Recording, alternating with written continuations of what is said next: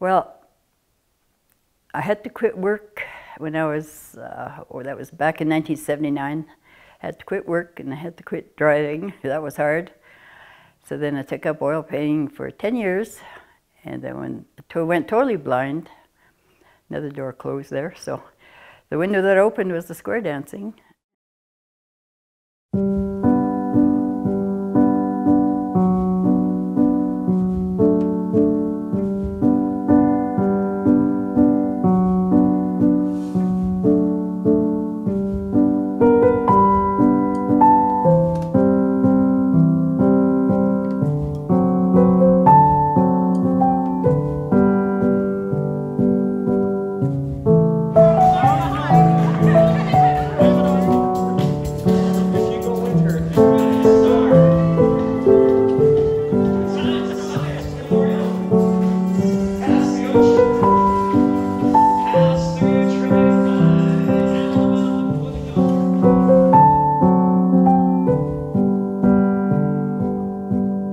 After I went totally blind in '89, my husband passed away in '91, and I went back dancing in '94. I was kind of volunteering at the school in the Northeast in the grandparent program, and that's where a friend of mine asked me if I wanted to go back square dancing.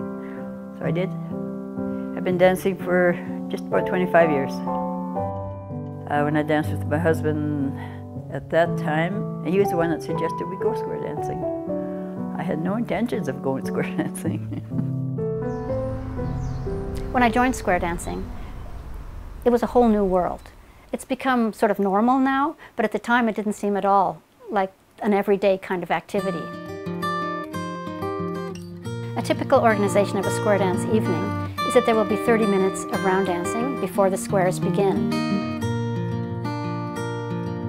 Once you start taking the lessons, you become integrated into the club and you start to identify yourself as a member of that club. The badges are from various weekend dances that we've been to, anywhere from Saskatoon to Yuma, Arizona. This one is from what they call lettuce days in Yuma, Arizona, because Yuma, Arizona is the lettuce capital of the world.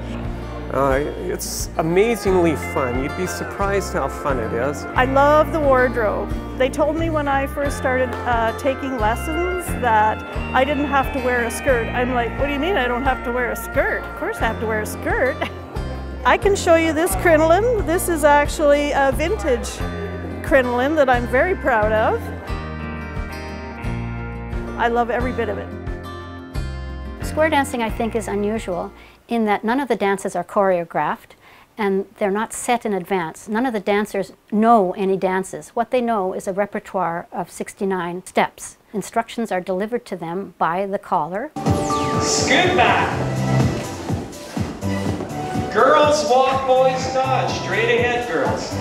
So they have to be constantly focusing on what the caller has told them and then actually carrying out the move that the caller has instructed them to do. So this requires constant focus. As my husband says, if you have a stray thought, you're going to make a mistake. I danced since I was quite small, quite young, and I thought what the caller did looked fun, and I was right, it is fun. It's great fun to be up there and play with the people and, you know, kid back and forth, and they have to listen to me sing, which nobody would do if they didn't have to. A new religion that'll bring you to your knees, like velvet if you please. And square through. Center, square through 3. Are you happier with this one? Yeah. With a corner. Come back from it. They have a repertoire of combinations that go well together, but they're also tossing in whatever occurs to them at the moment. You can go until your brain explodes if you want to learn, if you're that intent on learning the different moves and steps. Double tap through, track 2. And sometimes you give direction to people, sometimes they give direction to you. So you just got to be listening to figure out what's going on. Sometimes you have somebody in the square that makes noise or does other things that might distract other people. So then you just make eye contact with them and go, oh, him again. And you just kind of keep going. You know, there is a fair amount of contact within your square as you're dancing. It's like a little party going on with your figure of 8. Boys extend. Boys run to the ring. Load the boat. The one person that comes to mind, I'm sure, with every dancer in Alberta when they say, do you know an astonishing dancer, is Dee. Dee absolutely amazes me. She's one of the best dancers there. She always knows where she is in the square. Dee is a terrific dancer. I mean, I claim she is the best dancer on the floor. And I say she makes me look good. Occasionally she gets run into because people expect her to move out of the way. You know, they're coming towards her and they expect her to move. And of course she doesn't see them coming. And I often joke that she should be wearing hockey pads because sometimes she gets hit pretty good. No, I've never had that feeling of stepping back. I think they've accepted that I can dance blind. I sure hope so, because I sure enjoy it. It's a lot of fun.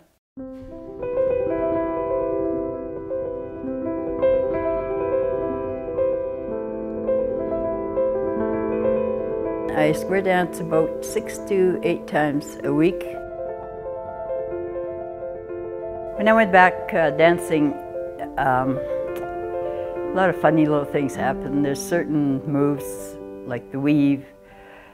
You're supposed to kind of do the skirt work at that time, flaring your skirt and stuff. And I thought, well, not being able to see, I didn't want to be hitting anybody, so I just, just kept my hands down.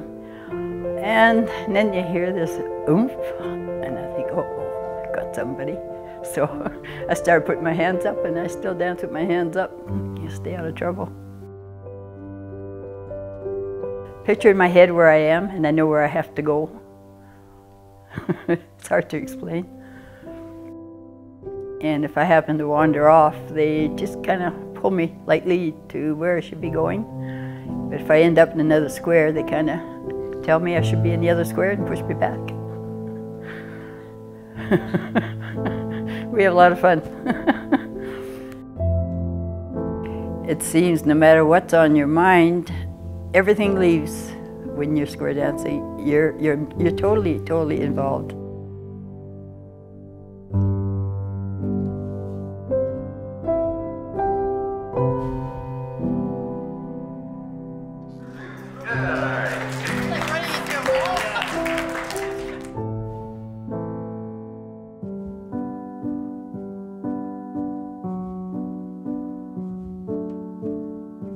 I'm concerned that in the future, say 20 years, square dancing will no longer exist. And people will not have the same opportunities for fun and socializing that we have now. It's hard getting through to people how you can have fun at something like square dancing, which I think they figure is kind of square and old-fashioned or something. It's one of those things you got to do it to understand it. Oh, no question. The clubs are shrinking. And even the big conventions, I can remember going to a big convention when I was a teenager where there was 4,000 people in Penticton. Now we have a national convention this summer.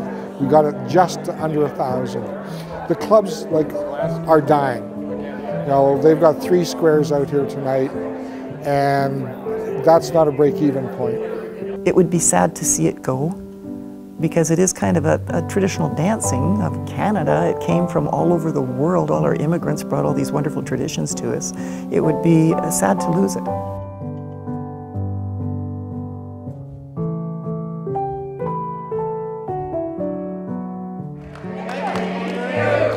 Find a comfortable chair.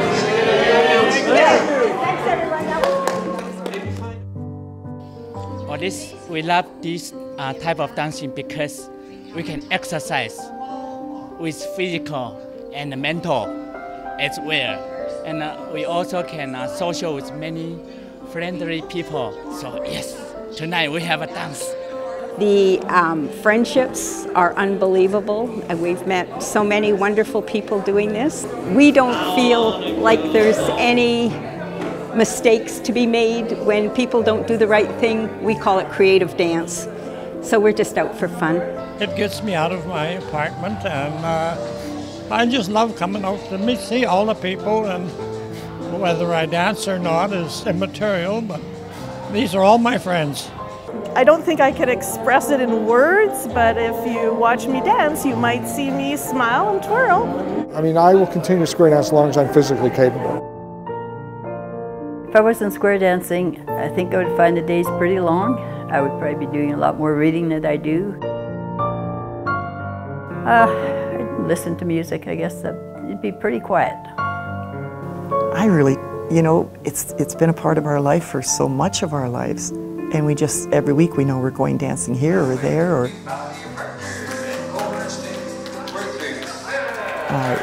hard to imagine what would have happened in our lives if we hadn't come on to square dancing.